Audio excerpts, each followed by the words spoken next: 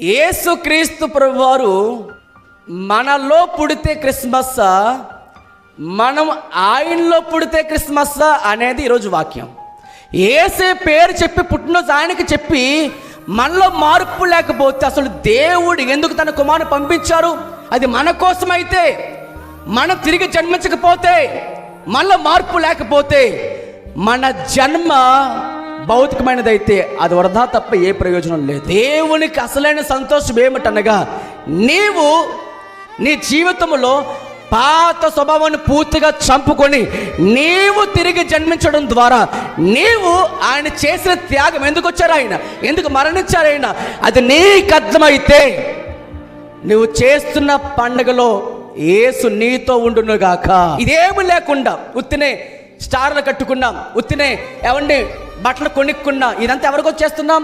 మన కోసం బట్టలు కొనుక్కుంటున్నాం. కానీ పుట్టినరోజు ఎవరిది? ఆయనది.